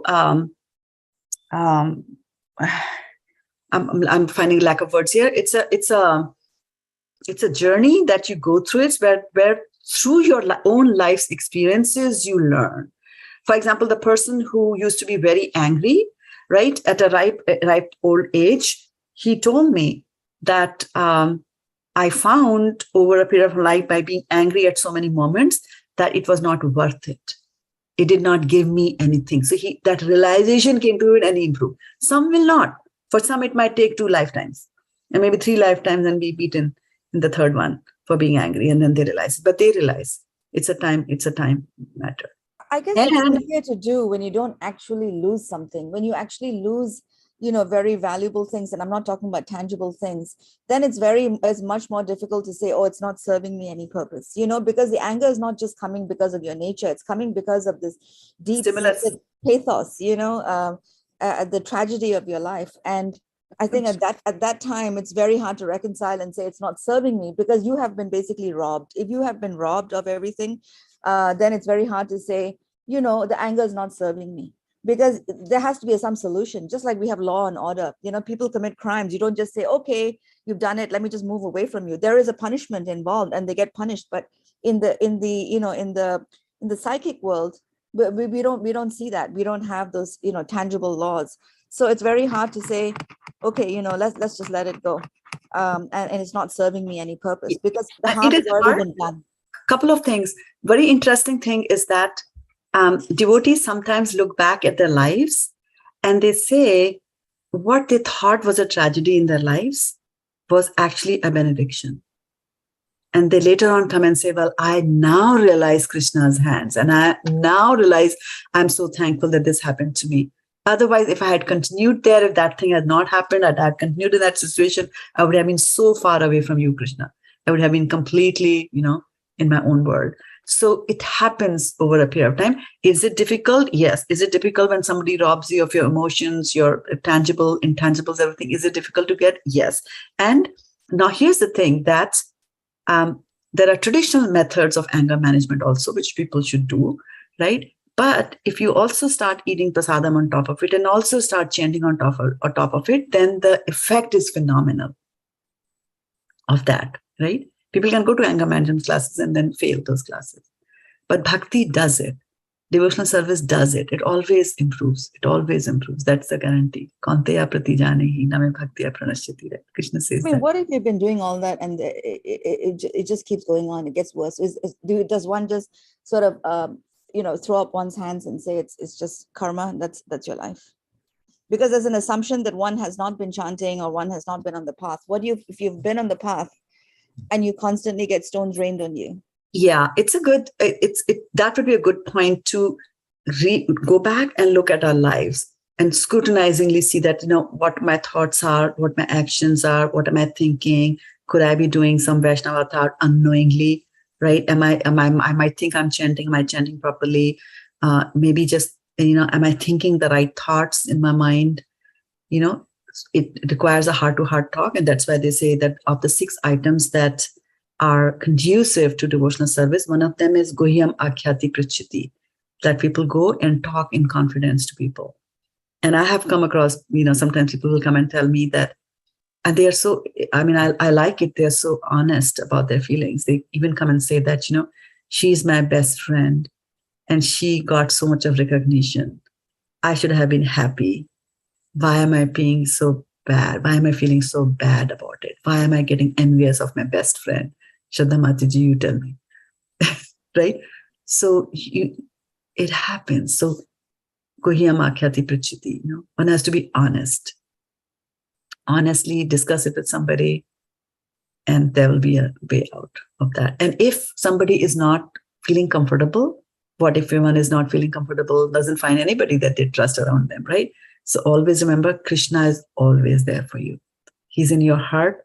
We can always talk to Krishna. We can always ask guidance from him. Krishna says that in 10th canto, 10th chapter of Bhagavad-gita, I think verse number 12, Tesham evam nukam partham, chatushloki Bhagavad-gita, aham agyan jamtama nashashame atma bhavasto jnana deepena bhashvata. Again, in that verse also, he's talking about jnana deepena bhashvata. I will burn his ignorance by being the guiding light from inside his own heart. So if a person is in a situation that's not surrounded by devotees, or I don't have enough faith, or I think nobody is a Vaishnava, or this and that, whatever, then reach out to Krishna. I reached out to Krishna when I read Srila Prabhupada saying that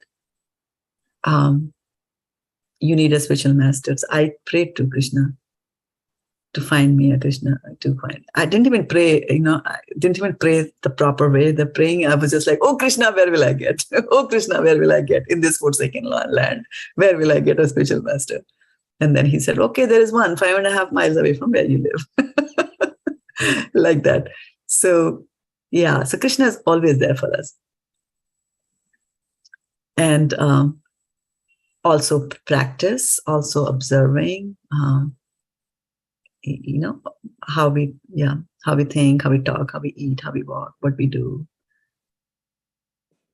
And it'll improve. Have that strong desire, house and fire desire. It'll happen to whoever it is happening, not just you. Just because you ask the question, I don't have to direct all the answers at you. Okay. Actually, her questions and your answers were meant for many. There we go. Okay, 8 o'clock. 9:30 in India. 11 o'clock in the East Coast. Yeah. I think the East Coast is already gone, right? Has East Coast is here in front of you. oh, I don't see. Where is the East Coast? Yeah. East Coast, please raise your hand. Oh, Vindhyavali Mataji. I was looking for Sutapa Mataji. Okay. Oh yeah, that's right. I don't know. See?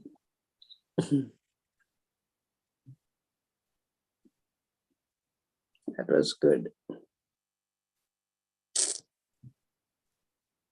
Sometimes just having a pure devotees chant in your home, like, that Prabhupada's chanting thing, the box, just to having it play in the house all the time, it improves the vibrations, and we catch those vibrations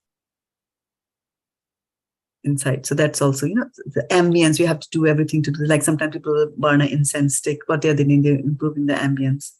What box is that? What are you talking about? You get, like, if you go to, you were there. in India. Yeah, I think you can also get it online. I think even on Amazon.com you can get it. It's a Prabhupada chanting box, and I think it has got more buttons. I had never pressed the other buttons, but I think they also have Prabhupada bhajans and maybe some lectures. I don't know enough, but it just plugs into your power supply. That power socket. You plug it, and then it'll play Mine has been playing for like 6 years. Touch wood. Now, never stopped it. So it doesn't get heated up. Yes, it doesn't get heated up or anything like that. Yeah. The only It's time available. It's available in the temple, Mataji. India, right. But I'm talking about India. the USA. She'll have to buy one for the US socket and things like that. But I think Amazon will have it, Mataji. Well, what's it called? What is it called? Prabhupada Soundbox or something? I don't know. Somebody gifted it to me actually so many years ago, and I don't remember. It's more than 12, easily 10, 12 years. Prabhupada, let me look. I'll find out, Mataji. I guess Yeah, meanwhile, let me one find can out, yeah. always go to YouTube, except that it's not going to be nonstop, but you can go to YouTube and play. Yeah, Prabhupada. It's called Prabhupada Japa box. Yeah, see now in USA it's very expensive, $50, something like that. But in India, I'll get it cheap. Yeah, I mean, I do play, chants, various different chants on YouTube and all that, but it stops after a certain time. So Yes, yeah. if you're not at home. Well, in YouTube also, I think there's an option to play it, put it in a loop so that it just plays. So you can get Prabhupada's Mahamantra also and let it play. The only thing is that, even laptops and all, if you play them continuously, after some time, they go crazy. But this box is really good. It's a tiny box. It just fits into one of the sockets and it's there all the time. And once in a while, when there is sudden quiet in the home, then suddenly you see Prabhupada saying Hare Krishna, Hare Krishna. So it's nice to have a pure devotee chanting there in your home. Very good. Thank you, Mataji. You're welcome. Take care, everybody. Patitanam Pannebhyo Vaishnavebhyo Namo Namaha. Good Premanande. Hari Bol. Hari Bol. Dandapranam. Mataji. Thank you, everybody. Thank you Those very who are much. still on Facebook. Those who have left. And those who are here. Take care. Have a fantastic weekend. We'll meet again on Sunday morning, Krishna willing, if I wake up.